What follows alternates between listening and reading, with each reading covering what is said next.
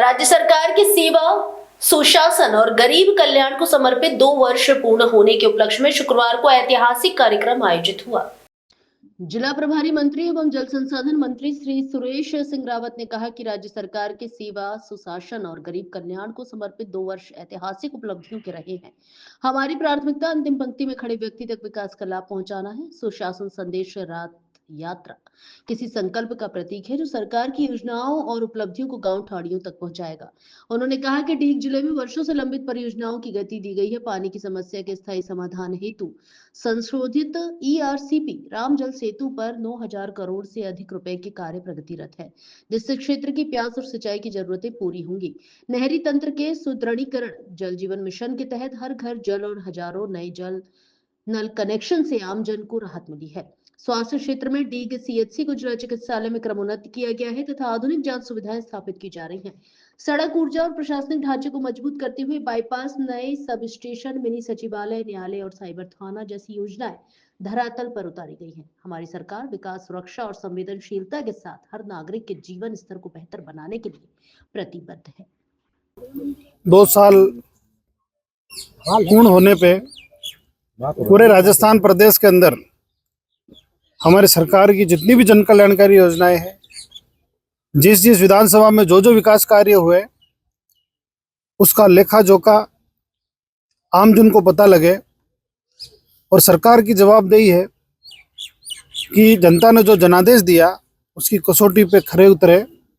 इसी के तहत मैं धन्यवाद देना चाहता हूं हमारे प्रदेश के यशस्वी मुख्यमंत्री आदरणीय भजन लाल जी का, जिन्होंने पूरे प्रदेश के अंदर 200 की 200 विधानसभा में सरकार की तरफ से रथ बेच के हमारी जितनी भी जन कल्याणकारी योजनाएं हैं उनका वो गांव-गांव, शहर के वार्डों में जाके, गलियों में जाके सरकार की जन कल्याणकारी योजनाओं का प्रचार प्रसार करेंगे, जिससे कि ज़्यादा से ज़्यादा लोगों को सरकार की जन कल्याणकारी योजनाओं का पता लगे, जन जागृति आए और लोग इसका लाभ उठा सके। इसके साथ ही हमारे 2 साल के कार्यकाल ने, राजस्थान सरकार की 2 साल के कार्यकाल में ऐतिहासिक काम हुए।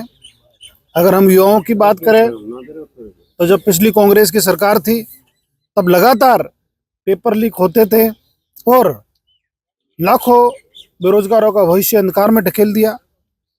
जब हमारी सरकार आई तब हमने युवाओं से वादा किया कि हम किसी को बख्शेंगे नहीं, और आपने देखा होगा कि पेपर लीक गिरोह में शामिल कई बड़े बड़े लोग सलाखों के पीछे हैं।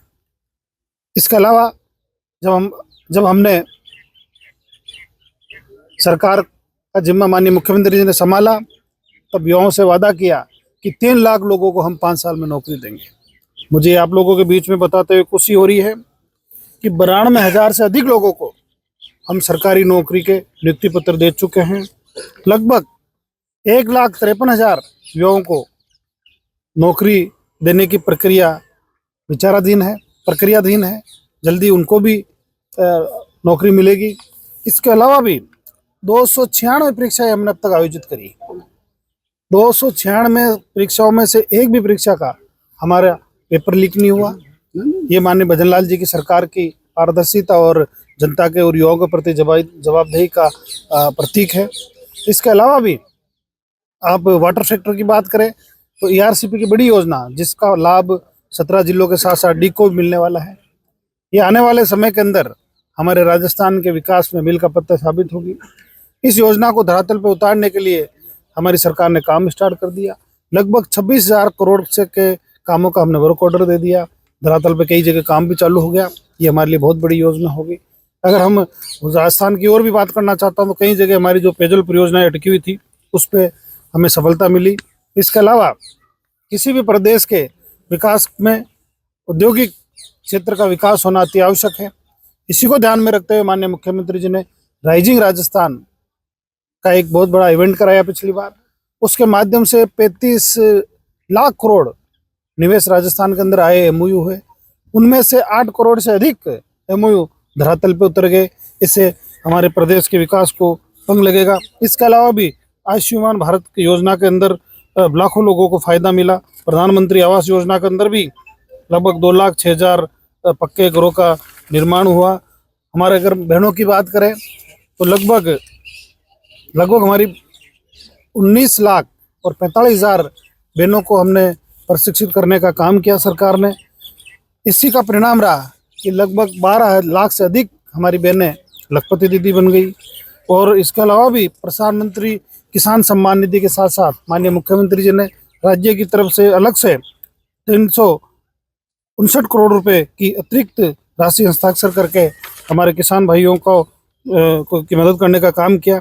इसके अलावा भी हमारी सरकार ने खाद्य सुरक्षा का जो पोर्टल था वो कई सालों से बंद था, उस पर पिछली सरकारें कुछ काम नहीं कर रही थी, गरीब को उसका हक नहीं मिल रहा था, गरीब लोगों को दिक्कत हो रही थी। तो इसके समाधान के लिए हमारी सरकार ने लोगों को जनजागृत किया और लगभग 47 लाख से अधिक लोगों ने स्वेच्छा से गिव अप करके इस खाद्य सुरक्षा का लाभ लेना छोड़ा। उसी का परिणाम है कि 70 लाख से अधिक लोगों को हम पूरे प्रदेश के अंदर इस बड़ी योजना से जोड़ सके। अगर हम डीग जिले की बात करें तो डीग जिले के अंदर लंबे समय से 2000 बीघा से अधिक जल भराव की समस्या थी। वहाँ 6 करोड़ से 25 लाख रुपए की लागत से हमने कार्य आदेश दिया। कामा विधानसभा के 14 गाँवों के लगभग 7,000 से अधिक कृषि भूमि के अंदर पानी भरता था, उसमें 12 करोड़ रुपए की लागत से हमने काम कराया। इसके अलावा भी ये गुड़गांव नहर वितरिका में लगभग 7,900 करोड़ रुपए से अधिक से 70 किलोमीटर की नहरी जीर्णोद्धार के शुद्धिकरण के कार्य भी सरकार द्वारा करवाए जा रहे हैं। इसके अलावा बजट घोषणा 2025-26 में 54 करोड़ रुपए की अधिक राशि से 48 किलोमीटर के नहरों के जीर्णोद्धार कर 5 कार्य स्वीकृत कराए हैं। इसके अलावा भी अगर ऊर्जा विभाग की बात करें तो किसानों के बिलों में 4 रुपए की छूट देके लगभग 12,197 में कुल नए घरेलू कनेक्शन जारी किए। शिक्षा विभाग की बात करें तो जिले में 82 उप स्वास्थ्य केंद्र और लगभग 12 प्राथमिक स्वास्थ्य केंद्र खोले गए। प्रधानमंत्री आवास योजना की बात करें तो अपने जिले के अंदर 59 आवास पूर्ण और 200 आवासों का निर्माण विचाराधीन है। इसके अलावा भी अभी हमारा जो यहाँ पे पर्यटक की दृष्टि से बहुत ही महत्वपूर्ण है, धार्मिक दृष्टि से भी बहुत महत्वपूर्ण है, हमारे जन जन के आस्था के केंद्र भी है। वहाँ पे पूंछरी का लोटा का जो अपना तीर्थ स्थान है, वहाँ को डेवलपमेंट के लिए भी सरकार युद्ध स्तर पे काम कर रही है। वहाँ का शिलान्यास माननीय मुख्यमंत्री जी ने कर दिया है और जल्दी वहाँ पे युद्ध स्तर पे काम स्टार्ट होगा। इसके अलावा भी शहरों के सड़क विकास के लिए और सड़कों के सुदृढ़ीकरण के लिए सरकार ने करोड़ों रुपए का डीग जिले को बजट दिया है।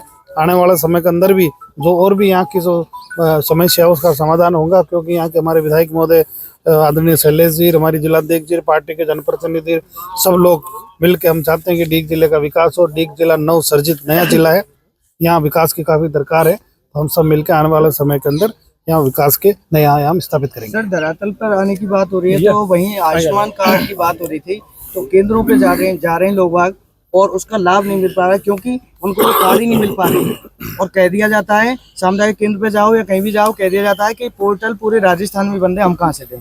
देखिए, ये बहुत ही गंभीर विषय है, आपके माध्यम से मेरे संज्ञान में आया है। निश्चित रूप से मैं अभी कलेक्टर साहब को निर्देशित कर रहा हूँ और वहाँ जाके शिक्षा मंत्री जी से बात करके इस समस्या का हम समाधान कराएंगे। समस्याओं पर बात कर लें।